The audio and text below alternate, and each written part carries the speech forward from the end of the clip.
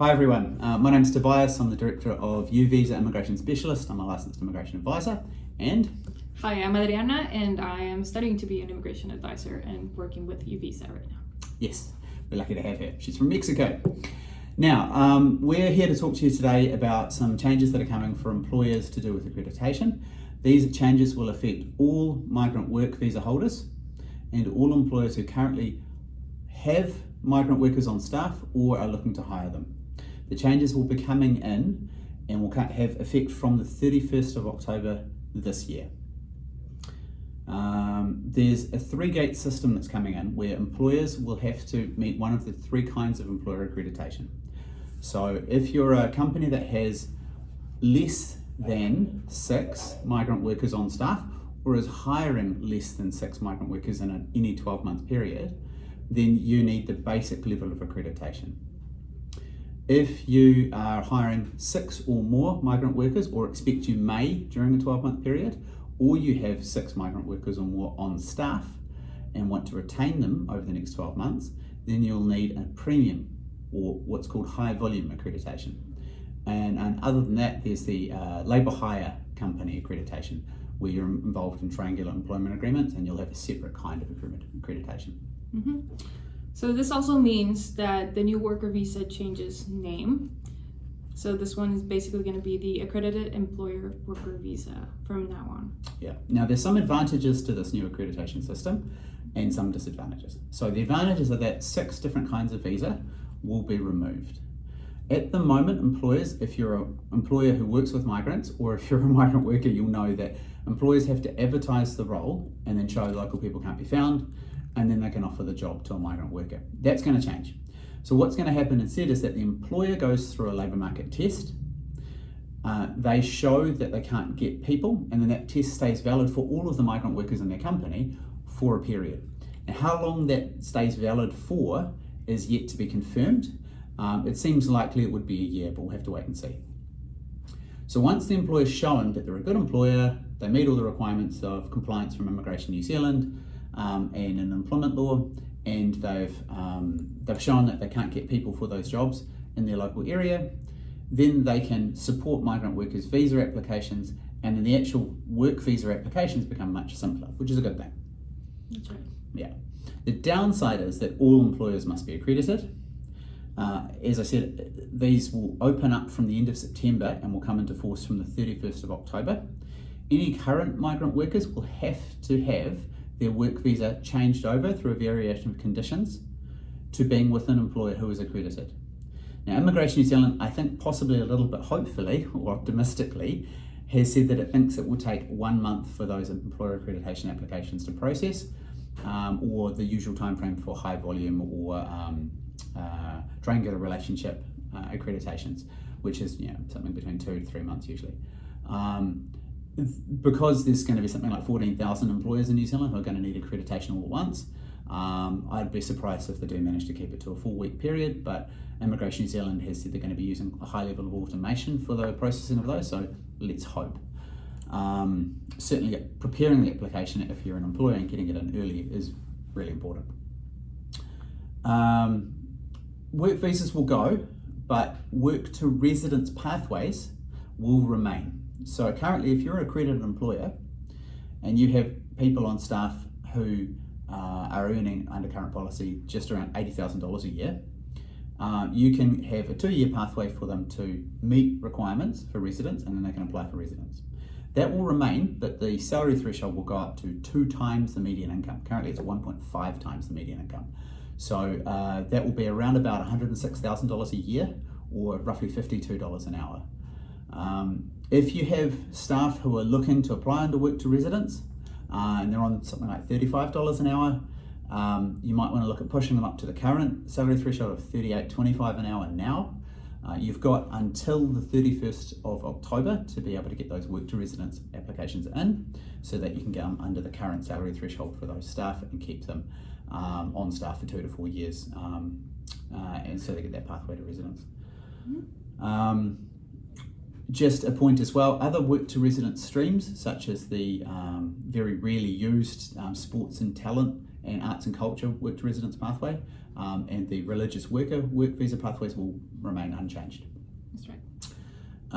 Essential skills. So if you're on an essential skills work visa, or you're an employer with staff who are in that space, you're going to simply need to get accreditation as the employer, and then the staff will need to apply for a variation of conditions to show that their employer is now accredited.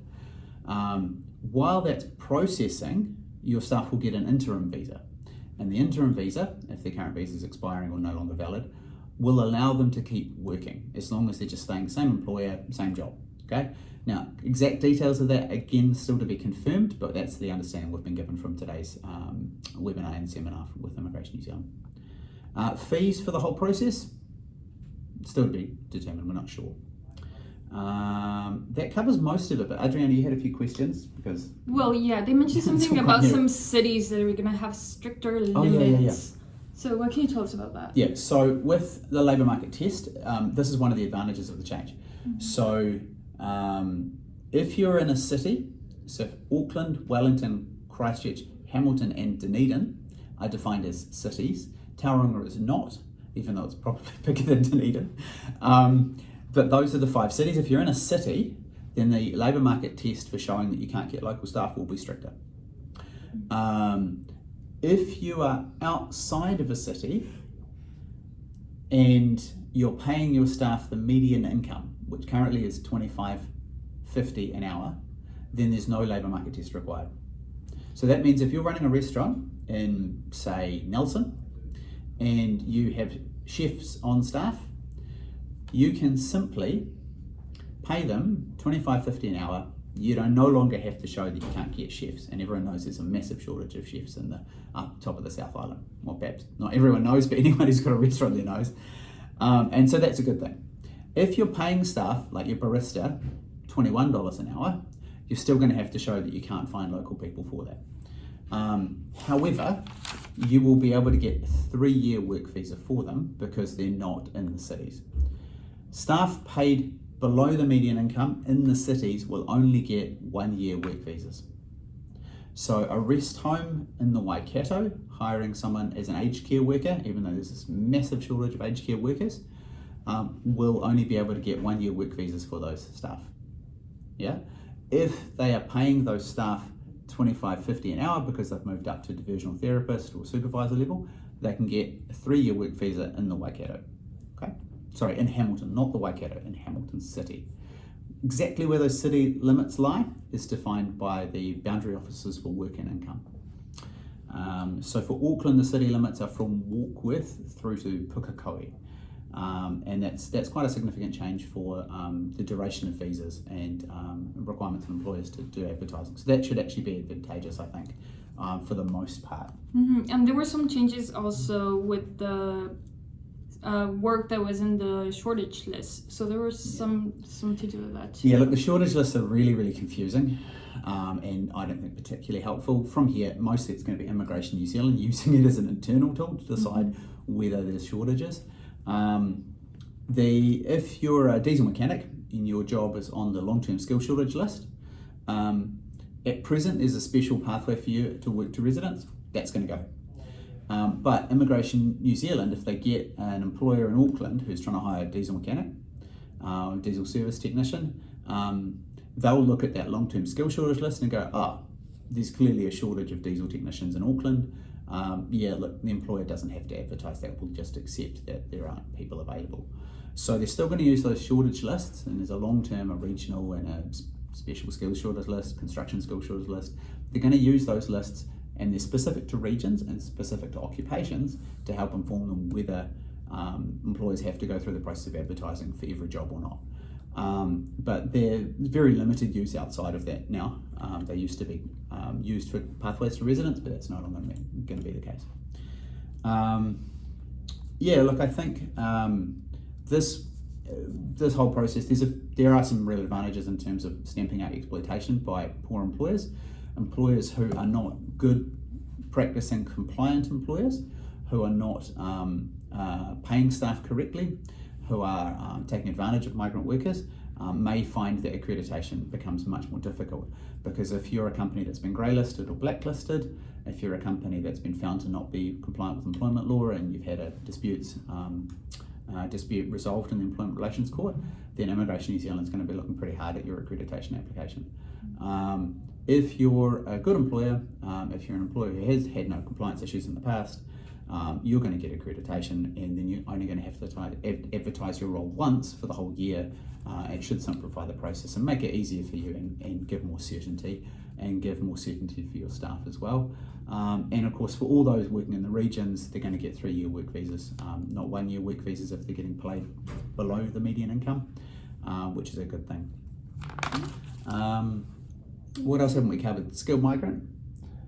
Yeah, so skilled migrant's probably an issue. Yeah, so skilled migrant is not part of these changes. The skilled migrant pathway is still there as far as we have information to this date, and the Minister of Immigration said that he's going to change the settings for that long term. In the short term, he's going to try and address some of the things that have been thrown up with the suspension of those. We don't have any timeframes or detail on how that change is going to come through yet. Anything you've probably heard about the changes is speculation at this point. No one knows. Yeah. I think the Minister himself hasn't decided yet, so it's a wait and see still, but hopefully something's coming through fairly soon. So just to reiterate the dates, employer accreditation, if you're an employer who's currently applied for accreditation, you wants to, under the current rules, you've got until the 30th of June to put it in. The current ones will process.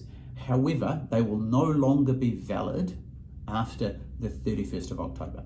All employers will have to reapply for accreditation from that start date at the end of September, and then the new policy kicks in from the 31st of October.